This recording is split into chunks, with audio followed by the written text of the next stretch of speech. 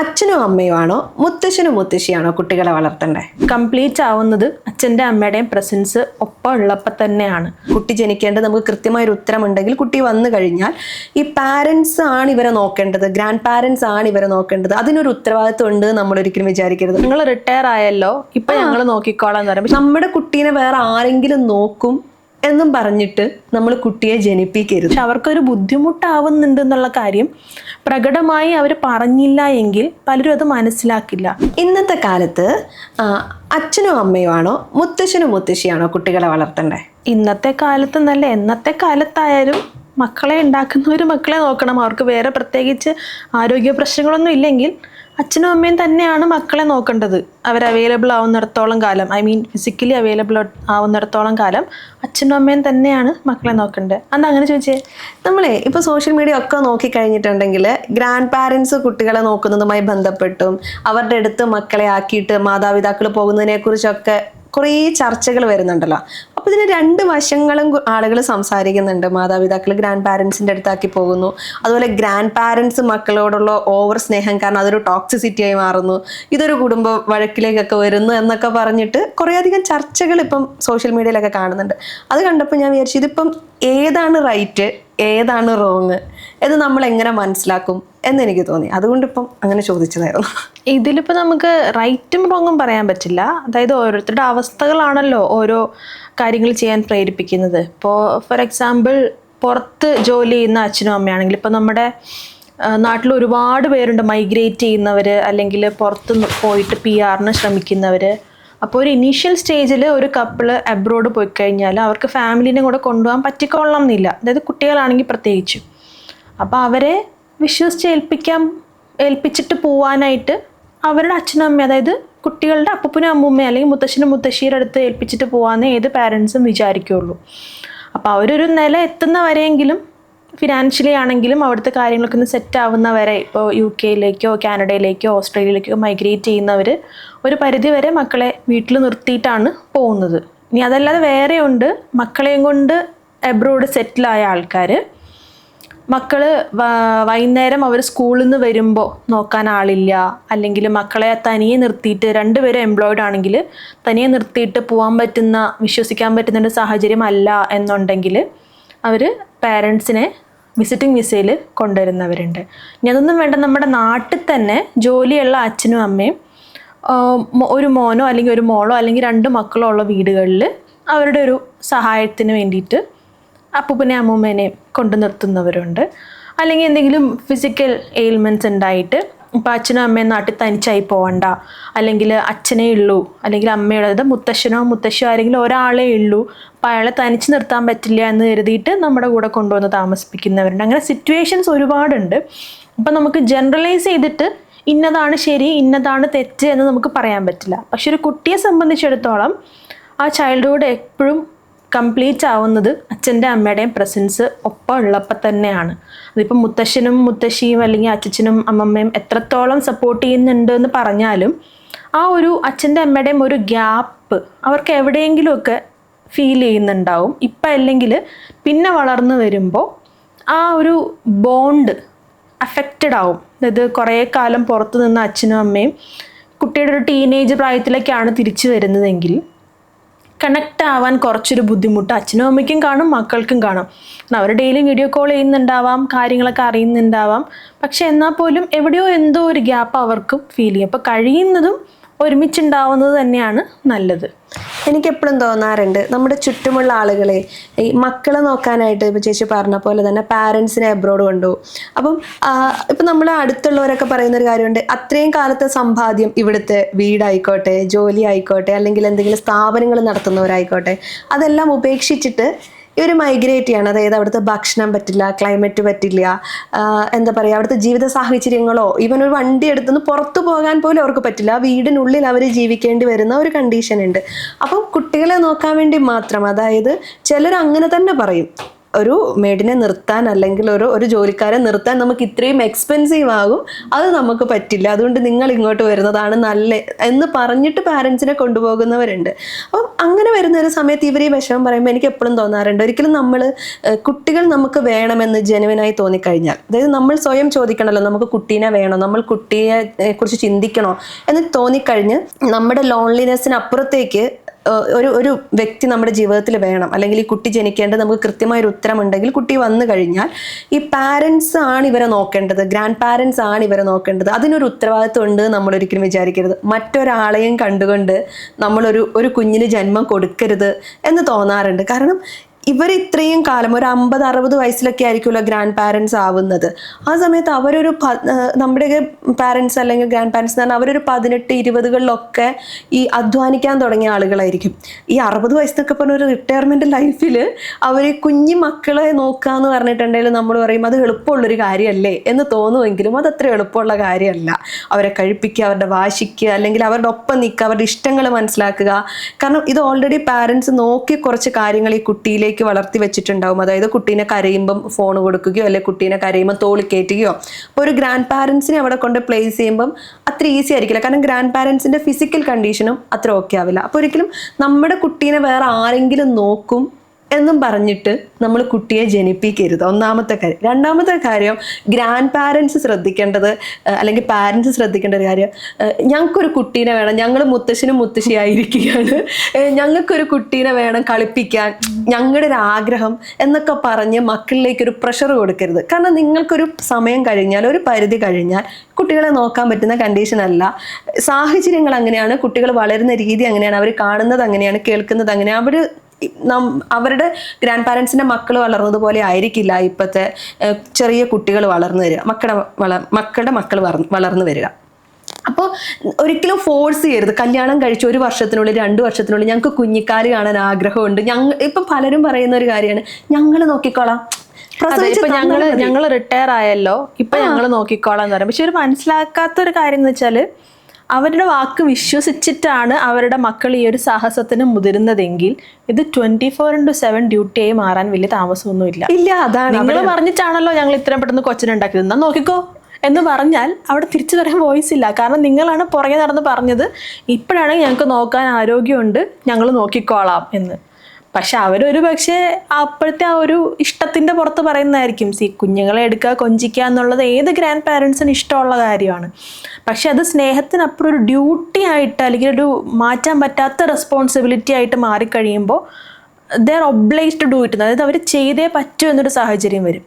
സ്നേഹത്തിൻ്റെ പുറത്ത് ചെയ്യുന്നതും ചെയ്യാൻ വേണ്ടി ചെയ്യുന്നതും തമ്മിൽ അവർക്കൊരു ഇമോഷണൽ സാധനം പിന്നെ ഉണ്ടാവും. അതായത് നോക്കാൻ പറ്റുന്നില്ലല്ലോ എന്നുള്ളൊരു വിഷമം ഒരു സൈഡിൽ, ഭയങ്കര എന്താ പറയുക പ്രഷർ ആവുന്നുണ്ട്. പക്ഷെ ഇത് ഞാൻ പറഞ്ഞു കഴിഞ്ഞാൽ ഞാൻ അമ്മൂമ്മയല്ല, ഞാൻ അപ്പൂപ്പനല്ല, ഞാനത് പറയാൻ പാടില്ലല്ലോ. ചിലപ്പോൾ അവർക്ക് കുറേ നേരം ഒന്നും ഒരു കുഞ്ഞുവാവേനെ എടുത്തുകൊണ്ട് നടക്കാൻ പറ്റുന്നില്ല. എത്ര ചെറിയ കുട്ടിയാണെങ്കിലും ഒരു മിനിമം വെയിറ്റ് ഉണ്ട് കുഞ്ഞുവാവയ്ക്ക്. അപ്പോൾ കുറേ എടുത്തുകൊണ്ട് നടക്കുമ്പോൾ അവർക്ക് കൈവേദന, കാലുവേദന, മുട്ടുവേദന ഒക്കെ വരും. അതിലൊരു പരിധിവരെ അവരുടെ ഈഗോ ഉണ്ട്. അതായത് എത്ര പിള്ളേരെ ഞാൻ എടുത്തുകൊണ്ട് നടന്നതാണ്, ഇതൊക്കെ എനിക്ക് സിമ്പിളായിട്ട് നോക്കാം എന്ന് വിചാരിച്ചിട്ട് എൻ്റെ ഫിസിക്കൽ ലിമിറ്റേഷൻ കൊണ്ട് എനിക്ക് പറ്റുന്നില്ല, അപ്പോൾ എനിക്ക് പ്രായമായി, എന്നെ കൊണ്ട് ആവുന്നില്ല എന്നൊരു സാധനം അഡ്മിറ്റ് ചെയ്യാനുള്ളൊരു ബുദ്ധിമുട്ട്. അതേ സമയത്ത് തന്നെ ഞാൻ അമ്മൂമ്മയല്ലേ, ഞാൻ എൻ്റെ മോളോട് എങ്ങനെ ഇത് പറയും, അവൾക്കത് വിഷമം, അവളത് ഏത് രീതിയിൽ എടുക്കും, അല്ലെങ്കിൽ ചുറ്റുമുള്ള ആൾക്കാർ ഏത് രീതിയിൽ എടുക്കുമെന്ന് കരുതും. എല്ലാം പോട്ടെ, എൻ്റെ കൊച്ചു കുഞ്ഞല്ലേ, ഞാനല്ലേ നോക്കണ്ടേ എന്നൊരു ഇമോഷണൽ സാധനമുണ്ട്. ഇതെല്ലാം കൊണ്ടും ഗ്രാൻഡ് പാരൻസ് വല്ലാത്തൊരു ഡിലമ്മയിൽ എത്താറുണ്ട്. ഇപ്പം നമ്മൾ കുഞ്ഞുങ്ങളുടെ ക്ലാസ്സുകൾ, അതായത് സ്കൂൾ ക്ലാസ് അല്ല ഞാൻ പറയുന്നത്, ഹോബീസായിട്ട് അവർ ചെയ്യുന്ന ഡാൻസ് ക്ലാസ് അല്ലെങ്കിൽ സ്വിമ്മിങ്. ഞാൻ ഡാൻസ് ക്ലാസ്സിൽ ഞാൻ പോകാറുണ്ട്. അപ്പോൾ അവിടുത്തെ കുട്ടികൾ, ചെറിയ മക്കളൊക്കെ ആയിട്ട് ഇപ്പോൾ ഡാൻസ് ടീച്ചർ പറയും, അതായത് ചെറിയ പേരക്കുട്ടികളെയും കൊണ്ട് മുത്തശ്ശിമാർ വരാറുണ്ട്. ചില മുത്തശ്ശിമാർ വന്നു കഴിഞ്ഞാൽ അങ്ങ് ക്ഷീണമാണ്, ഈ കൊച്ചിൻ്റെ ക്ലാസ് തീരുന്ന വരെ അവിടെ ഇരിക്കേണ്ടി വരും 1-1.5 മണിക്കൂർ. അപ്പോൾ ഇവരിങ്ങനെ സംസാരിച്ച് വരുമ്പോൾ പറയുന്നതാണ്, എന്തെങ്കിലും നിവൃത്തി ഉണ്ടെങ്കിൽ വീട്ടിലിരിക്കാമെന്ന് വിചാരിച്ചതാ, പക്ഷേ മോളുടെ അച്ഛനും ജോലിക്ക് പോകണം, അമ്മയ്ക്കും ജോലിക്ക് പോകണം, ഇവളെ ഇങ്ങോട്ടേക്ക് കൊണ്ടുവരാൻ വേറെ ആരുമില്ല. കുറച്ചും കൂടി മുതിർന്നൊരു കുട്ടിയായിരുന്നെങ്കിൽ ഒരു സ്ഥിരം ഒരു ഓട്ടോക്കാരനെയോ എങ്ങനെ ഏർപ്പാടാക്കാം. പക്ഷെ അത്രയും കൂടി ചെറിയ കുട്ടിയാണ്, ഒരു UKG ഫസ്റ്റ് സ്റ്റാൻഡേർഡ് അത്രയുള്ള കുട്ടിയാണ്. അപ്പോൾ ആ ഏരിയയിൽ നിന്ന് ഇങ്ങോട്ടേക്ക് വേറെ കുട്ടികളും ഇല്ല, അല്ലെങ്കിൽ 3-4 പേരെ ഒരുമിച്ചെങ്കിലും ആക്കായിരുന്നു. അതുകൊണ്ട് ഈ അമ്മൂമ്മ ക്ലാസ്സുള്ള ദിവസങ്ങളിൽ കൊണ്ടുവരണം. അമ്മൂമ്മയ്ക്ക് വയ്യ, പക്ഷെ എന്നാൽ പോലും അവർക്ക് ഇഷ്ടമാണ് മോള് പഠിക്കുന്നത്. പറയാ എന്തെങ്കിലും എൻ്റെ മോൾക്ക് മനസ്സിലാവുമായിരിക്കും, പറയാതെ മനസ്സിലാവുമായിരിക്കും, അവർ പറഞ്ഞിട്ടില്ല. അപ്പം ടീച്ചർ പറഞ്ഞിട്ട് ഞാൻ ചോദിച്ചു, എന്നാൽ പിന്നെ മോളോട് ഓപ്പണായിട്ട് സംസാരിച്ചൂടെ, കുറച്ച് ബുദ്ധിമുട്ടുണ്ട്. അതെങ്ങനെയാണ് ഞാൻ പറയുക, അവളും ഇതുപോലെ ജോലി കഴിഞ്ഞിട്ട് വരികയല്ലേ, അവൾ എന്നെ ഒരു സഹായത്തിന് വേണ്ടി നോക്കുമ്പോൾ ഞാൻ എങ്ങനെയാണ് അവളോട് പറ്റില്ല എന്ന് പറയുക. അപ്പം ആ ഒരു ഇമോഷണൽ സാധനം കിടക്കുന്നുണ്ട്. ഒരു പക്ഷേ അത് ഈ പറയുന്ന മകൾ അറിയുന്ന പോലും ഉണ്ടാവില്ല. കാരണം അവർ വിചാരിക്കുന്നത് അമ്മ ഹാപ്പി ആണല്ലോ, കൊച്ചുമോളുടെ കൂടെ നടന്ന് ഹാപ്പി ആയിട്ട് ഇരിക്കുന്നുണ്ടല്ലോ എന്ന്. പക്ഷെ അവർക്കൊരു ബുദ്ധിമുട്ടാവുന്നുണ്ട് എന്നുള്ള കാര്യം പ്രകടമായി അവർ പറഞ്ഞില്ല എങ്കിൽ പലരും അത് മനസ്സിലാക്കില്ല. ഇപ്പോൾ എബ്രോഡ് കൊണ്ടുപോകുന്ന പാരൻസിൻ്റെ കാര്യം പറഞ്ഞല്ലോ, വിസിറ്റിംഗ് വിസയിൽ പോകുന്നവരുണ്ട്. അപ്പം നമ്മുടെയൊക്കെ പാരൻസ് എന്ന് പറഞ്ഞാൽ അവർ ജീവിക്കുന്ന അവരവരുടേതായ വീടുകളുണ്ടല്ലോ, അവിടെ അവർക്കൊരു ഓട്ടോണമി ഉണ്ട്. അതായത് അവരുടെ കൈപ്പാകത്തിനാണ് കാര്യങ്ങളെല്ലാം. അവർക്ക് അവിടെ ഒരു നെറ്റ്വർക്ക് ഉണ്ട്. അത് തൊട്ടപ്പുറത്തെ വീട്ടിലെ 2-3 ചേച്ചിമാരായിരിക്കാം, അല്ലെങ്കിൽ പണ്ട് തൊട്ടേ കണ്ടു വളർന്ന ഫ്രണ്ട്സ് ആയിരിക്കാം. അവരവിടെ ഒരു സർക്കിൾ ഉണ്ടാക്കി വെച്ചിട്ടുണ്ട്. അവരുടെ ഒരു കംപ്ലീറ്റ് ആവാസ വ്യവസ്ഥയിൽ നിന്നാണ് അവരെ ഇങ്ങനെ പറിച്ചെടുത്ത് വേറൊരിടത്തേക്ക് പോകുന്നത്. അവർ ഹാപ്പി ആയിട്ടാണ് പോകുന്നത്, കാരണം അവർക്ക് സന്തോഷമാണ് മക്കളെ സഹായിക്കാൻ പറ്റുന്നത്, കൊച്ചുമക്കളെ നോക്കാൻ പറ്റുന്നത്. പക്ഷെ അവരെ കൊണ്ട് പ്ലേസ് ചെയ്യുന്നത് ഈ പറഞ്ഞ പോലെ ഭാഷ പോലും അറിയാത്ത, പുറത്തേക്ക് തനിയെ പോയി ഒന്നും ചെയ്യാൻ പറ്റാത്ത, അല്ലെങ്കിൽ ഒരു വാഹനം ഓടിച്ചു പോകാൻ പറ്റാത്ത. ഇപ്പം നാട്ടിലാണെങ്കിൽ ഒരു സ്കൂട്ടർ എടുത്ത് പോകാനോ അല്ലെങ്കിൽ ഒരു ഓട്ടോ പിടിച്ച് പോകാനോ അവർക്ക് പറ്റും. പക്ഷെ പുറത്തൊരു നാട്ടിൽ ചെന്ന് കഴിയുമ്പോൾ മക്കളുടെ സഹായം ഇല്ലാതെ അവർക്കത് ചെയ്യാൻ പറ്റില്ല. പിന്നെ ചില ഫ്രണ്ട്സ് ഞാൻ കണ്ടിട്ടുണ്ട് ചെയ്യുന്നത്, അതായത് അച്ഛനും അമ്മയും ഇതുപോലെ നോക്കാൻ വന്നാലും അവരൊരു പാർട്ട് ടൈം നാനീനെയും കൂടെ അപ്പോയിൻറ്റ് ചെയ്തിട്ടുണ്ട്. അതായത് അച്ഛനും അമ്മയ്ക്കും പകൽ മുഴുവനും ഈ നാനിയുടെ സപ്പോർട്ടുണ്ട് മക്കളെ നോക്കാനായിട്ട്. അതായത് അറിയാത്തൊരു ഫോറിനറുടെ അടുത്ത് മക്കളെ വിട്ട് പോകുന്നതിലും, ആ ഫോറിനർ അവിടെ ഉണ്ട് പക്ഷെ ഒപ്പം എൻ്റെ അച്ഛനും അമ്മയും ഉണ്ട്, അതുകൊണ്ട് എനിക്ക് കുറച്ചും കൂടി സമാധാനമായിട്ട് പോവാം. അപ്പോൾ അച്ഛനും അമ്മയ്ക്കും ഒരു റിലാക്സേഷൻ ഉണ്ട്. കൊച്ചു മക്കളുടെ പുറകെ അധികം അങ്ങനെ ഫിസിക്കലി ഓടി നടന്ന ഫിസിക്കൽ സ്ട്രെയിൻ വരില്ല. പിന്നെ നമ്മൾ പല സിനിമകളായിട്ട് കണ്ടിട്ടുണ്ട്. അതായത് 3 മാസം ഞാനവിടെ ഉണ്ടായിരുന്നു, ഒരിക്കൽ പോലും അവരെന്നെ പുറത്ത് കൊണ്ടുപോയിട്ടില്ല. സിനിമയുടെ പേര് ഞാൻ മറന്നുപോയി. ഞങ്ങൾ താമസിക്കുന്നതിൻ്റെ തൊട്ടപ്പുറത്തായിരുന്നു നയാഗ്ര വെള്ളച്ചാട്ടം. അത് ഫോട്ടോയിലല്ലാതെ ഇതുവരെ ഞാൻ കണ്ടിട്ടില്ല. അപ്പോൾ ഇതേപോലെ വെച്ചാൽ മക്കളെയും കുറ്റം പറയാൻ പറ്റില്ല. അവർക്ക് ആകെക്കൂടി ഹോളിഡേ കിട്ടുന്ന ദിവസങ്ങൾ അത്രയും ദിവസത്തെ അലച്ചിൽ തീർക്കാൻ വേണ്ടി അവർ ചിലപ്പോൾ വീട്ടിൽ ഇരിക്കാനായിരിക്കും ഇഷ്ടപ്പെടുന്നത്. അതേസമയത്ത് ഇവരുടെ അച്ഛനും അമ്മയാണെങ്കിൽ മക്കൾ ഫ്രീ ആയിട്ട് കിട്ടിയാലല്ലേ അവരുടെ കൂടെ ഒന്ന് പുറത്തു പോകാൻ പറ്റുള്ളൂ എന്നാലോചിക്കുന്ന സാഹചര്യവും ഉണ്ടായിരിക്കാം. എന്താ പറയുക, നമുക്കിങ്ങനെ ജനറലൈസ് ചെയ്തിട്ട് അത് തെറ്റ് ഇത് ശരി എന്ന് പറയാൻ പറ്റില്ല. രണ്ടുപേരും അങ്ങോട്ടും ഇങ്ങോട്ടും കൺസിഡറേറ്റീവ് ആവണം. അതായത് ഞാൻ അമ്മൂമ്മയാണ്, ഞാൻ അപ്പൂപ്പനാണ്, ഞാൻ ചെയ്യാൻ ബാധ്യസ്ഥനാണ് എന്നത് വിട്ടിട്ട് എന്നെക്കൊണ്ട് ഇതേ നടക്കുന്നുള്ളൂ, എനിക്ക് ഇന്ന സപ്പോർട്ടും കൂടെ വേണം, എന്നെക്കൊണ്ട് ഒറ്റയ്ക്ക് പറ്റുന്നില്ല എന്ന കാര്യം മക്കളോട് ഓപ്പണായിട്ട് പറയുക. മക്കളാണെങ്കിലും അവർ സന്തോഷമാണല്ലോ എന്ന് വിചാരിക്കുന്നതിനപ്പുറം അവരോട് ഓപ്പണായിട്ട് ചോദിക്കുക, എന്തെങ്കിലും ബുദ്ധിമുട്ടാവുന്നുണ്ടോ. ചിലപ്പോൾ അവർ നാട്ടിലുള്ള, ക്രിസ്ത്യൻ നേരത്തെ പറഞ്ഞ പോലെ നാട്ടിലുള്ള ചെറിയ എന്തെങ്കിലും ബിസിനസ്സൊക്കെ വിട്ടിട്ടായിരിക്കും വന്നത്. മക്കളോട് പൈസ ചോദിക്കാൻ മടിയും കാണും. മക്കളാണെങ്കിൽ ഇവരുടെ ചിലവൊക്കെ ഞങ്ങളാണല്ലോ നോക്കുന്നതെന്ന് വിചാരിച്ചിട്ട് ആലോചിക്കുന്നേ ഉണ്ടാവില്ല ഇവർക്ക് പൈസ കൊടുക്കണം എന്നൊരാവശ്യമുണ്ട് എന്നുള്ളത്. കാരണം ഇവർ പുറത്ത് പോകണമെങ്കിൽ മക്കളാണ് കൊണ്ടുപോകുന്നത്, സാധനം വാങ്ങിക്കണമെങ്കിൽ മക്കളാണ് വാങ്ങിച്ചു കൊടുക്കുന്നത്, എല്ലാം മക്കളാണ് ചെയ്യുന്നത്. പക്ഷെ എന്നാൽ പോലും സ്ഥിരമായിട്ടൊരു വരുമാനം കിട്ടിക്കൊണ്ടിരുന്ന ഒരാൾക്ക് അത് വേണ്ടാന്ന് വെച്ച് ഇങ്ങോട്ട് വന്നു കഴിയുമ്പോൾ കൂടി ഒരു ശ്വാസം മുട്ടൽ ഫീൽ ചെയ്യും. കൾച്ചറലി ആണെങ്കിലും ലാംഗ്വേജ് ബേസിസിലാണെങ്കിലും ഫിനാൻഷ്യലി ആണെങ്കിലും. അപ്പോൾ കുറച്ചൊരു എമൗണ്ട് എല്ലാ മാസവും അച്ഛനും അമ്മയ്ക്കും കൊടുക്കുക. അതായത് അവർ നമ്മുടെ കൂടെ ആണെങ്കിൽ പോലും. കാരണം അവർക്കും കാണും ചില എന്താ പറയുക ഈഗോ, മക്കളോട് ചോദിക്കാനുള്ളൊരു മടി. ഇനി അതല്ലെങ്കിൽ അവരുടെ ഇല്ലെങ്കിലോ അവരെ സ്ട്രഗിൾ ചെയ്തിട്ടാണ് നിൽക്കുന്നത്. അഫോർഡ് ചെയ്യാൻ പറ്റാത്തതുകൊണ്ടാണല്ലോ അവർ ഞങ്ങളെയും കൂടെ കൊണ്ടുവന്നത്, അത് നാനീനെ അഫോർഡ് ചെയ്യാൻ പറ്റാത്തതുകൊണ്ട്. അപ്പം നമ്മളെങ്ങനെയാണ് അവരോട് എന്തെങ്കിലും ആവശ്യത്തിന് ചോദിക്കുക, അല്ലെങ്കിൽ നമുക്കിപ്പോൾ എന്താ ചിലവ് എന്ന് വിചാരിച്ചങ്ങിരിക്കും. പക്ഷെ ഉള്ളിൽ അവർക്കൊരു വിഷമമായിട്ടുണ്ടാവും. അപ്പോൾ അത് ഓപ്പണായിട്ട് സംസാരിക്കുക. അതുപോലെ ഒരു കാര്യമാണ് ഇപ്പോൾ ചേച്ചി പറഞ്ഞല്ലോ, കൊച്ചുമക്കളെയും കൊണ്ട് നടക്കുന്ന ഗ്രാൻഡ് പാരൻസിനെ കുറിച്ച്. അപ്പോൾ നമ്മളൊരു സൈക്കോളജിസ്റ്റിനോട് സംസാരിക്കുന്ന സമയത്ത് അദ്ദേഹം പറഞ്ഞൊരു കാര്യമാണ്, അതായത് ജോലി കഴിഞ്ഞ് വരുന്ന മകൾ കാണുന്നത് അമ്മ കുഞ്ഞിനെ തല്ലുന്നതാണ്, ഗ്രാൻഡ് മദർ കുഞ്ഞിനെ തല്ലുന്നതാണ്. അപ്പോൾ എന്താണ് കാര്യമെന്ന് അന്വേഷിക്കാതെ ഈ മകൾ അമ്മയെ അതേ സ്പോട്ടിൽ തിരിച്ചു തല്ലി. അപ്പോൾ ആ അമ്മ കടന്നുപോയ, ഗ്രാൻഡ് മദർ കടന്നുപോയ ഒരു മാനസികാവസ്ഥ പിന്നീട് ഭയങ്കര വൈകാരികമായിട്ട് ഇവരോട്, ഡോക്ടറോട് വന്ന് സംസാരിക്കുകയാണെന്ന്. കാരണം കുട്ടീനെ പറഞ്ഞു, 1 തവണ പറഞ്ഞു, 2 തവണ പറഞ്ഞു, ആ കുട്ടി ചെയ്ത തെറ്റെന്ന് പറഞ്ഞാൽ നടക്കുന്ന വഴിയിൽ എണ്ണ ഒഴിക്കുക എന്നുള്ളതാണ്. അപ്പോൾ എന്താണ് എൻ്റെ കുട്ടീനെ തല്ലാൻ ഇവരാരാ എന്നുള്ളൊരു ചോദ്യം. അതായത് കുടുംബ ബന്ധങ്ങൾ തകരുന്ന രീതിയിലേക്ക് വരെ, അല്ലെങ്കിൽ രണ്ടു പേർക്കിടയിൽ ഭയങ്കര പ്രശ്നങ്ങൾ ഉണ്ടാവുന്നത് വരെ ഇത്തരം കണ്ടീഷൻ എത്തും. മാതാപിതാക്കൾ, ഗ്രാൻഡ് പാരൻസ് ആദ്യം മനസ്സിലാക്കേണ്ട ഒരു കാര്യം, ഇത് നമുക്ക് ചെയ്യാം, നമ്മൾ ഇതിലൊരു ഭയങ്കര എഫേർട്ട് എടുക്കരുത്. അതായത് നമ്മൾക്ക് നമ്മുടെ ഒരു ഫ്രീ ടൈം അവർക്ക് ഇൻവെസ്റ്റ് ചെയ്യാം എന്നും പറഞ്ഞ് മക്കളെ മുഴുവനായിട്ട് ഉത്തരവാദിത്തങ്ങൾ, അവർ കഴിച്ചോ കുളിച്ചോ പോയോ, അതല്ലെങ്കിൽ മക്കളോട് ചോദിക്കാം ഞങ്ങൾ എന്ത് ചെയ്യണം എന്നാണ് നിങ്ങൾ പ്രതീക്ഷിക്കുന്നത്. അത് മക്കൾക്ക് അവരോട് പറയുകയും ആവാം. അതായത് ഫീഡ് ചെയ്യാനുള്ള സാധനമൊക്കെ ഇവിടെ വെച്ചിട്ടുണ്ട്, അത് സമയത്തൊന്ന് കൊടുത്താൽ മതി, ഇവൻ കരയുവാണെങ്കിൽ ഇന്ന പോലെ ചെയ്താൽ മതി, ഇത്രയൊക്കെ മതി, ഇതിൽ എന്തെങ്കിലും അപ്പുറത്ത് വരികയാണെങ്കിൽ എന്നെ വിളിച്ചോ, അല്ലെങ്കിൽ ഇന്ന ആളെ വിളിച്ചോ എന്ന് പറഞ്ഞിട്ട് സെറ്റ് ചെയ്ത് വെക്കുക. അത് അവർ വിചാരിക്കുന്ന അവർ വളർത്തിയതുപോലെ അവരുടെ മക്കളെയും വളർത്താം എന്നാണ്. അത് ചിലപ്പം അവരുടെ മക്കൾക്ക് അത് ഇഷ്ടപ്പെടണമെന്നില്ല. അത് നമ്മളിപ്പം ഗ്രാൻഡ് പാരൻസുമായി ബന്ധപ്പെട്ട ഒരു റീല് നമ്മുടെ ഇൻസ്റ്റഗ്രാം പേജിൽ പോസ്റ്റ് ചെയ്ത സമയത്ത് അതിനിടയിൽ എന്താ പറയുക, ഇപ്പോഴത്തെ മാതാപിതാക്കളുണ്ടല്ലോ, നമ്മുടെ ന്യൂ ജനറേഷൻ പാരൻസ്, അവർ വന്നിട്ട് പറയണേ നമ്മുടെ വീട്ടിലെ ഗ്രാൻഡ് പാരൻസിന്റെ വിചാരം ഞങ്ങൾക്ക് മക്കളെ വഴിക്ക് കിടന്ന് കിട്ടിയതാണെന്നാണ്. അതായത് എന്ത് ചെയ്ത്, അതായത് ഒരു അതിനുള്ളിൽ വന്ന വീഡിയോയ്ക്ക് ഭയങ്കര റീച്ചാണ്, അതിനുള്ളിൽ വന്ന ഒരു 90% കമന്റും ഈ രീതിയിലായിരുന്നു. അതായത് ഇവര് മക്കളെ വളർത്തുന്നതിൽ ഗ്രാൻഡ് പാരൻസ് അമിതമായി ഇടപെടുന്നു. കുട്ടീനെ വഴക്ക് പറഞ്ഞാൽ ഗ്രാൻഡ് പാരൻസ് ഇടപെടും, കുട്ടീനെ തല്ലിയാൽ ഗ്രാൻഡ് പാരൻസ് ഇടപെടും, കുട്ടി അമിതമായി വാശി പിടിക്കും മൊബൈൽ കൊടുക്കരുതെന്ന് പറഞ്ഞാൽ ശരിക്കും പറഞ്ഞാൽ ഈ പാരൻസ് എന്ത് ബൗണ്ടറി ആണോ വെക്കാൻ ഉദ്ദേശിക്കുന്നത് അത് മുഴുവനും ചില ഗ്രാൻഡ് പാരൻസ് അങ്ങ് തകർത്ത്. മക്കൾക്കും അതിനകത്തൊരു നാക്ക് ഉണ്ട്. അതായത് കുഞ്ഞുമക്കൾക്ക് ഇത് എവിടെ കുഴിച്ചാൽ കിട്ടും എന്നറിയാം.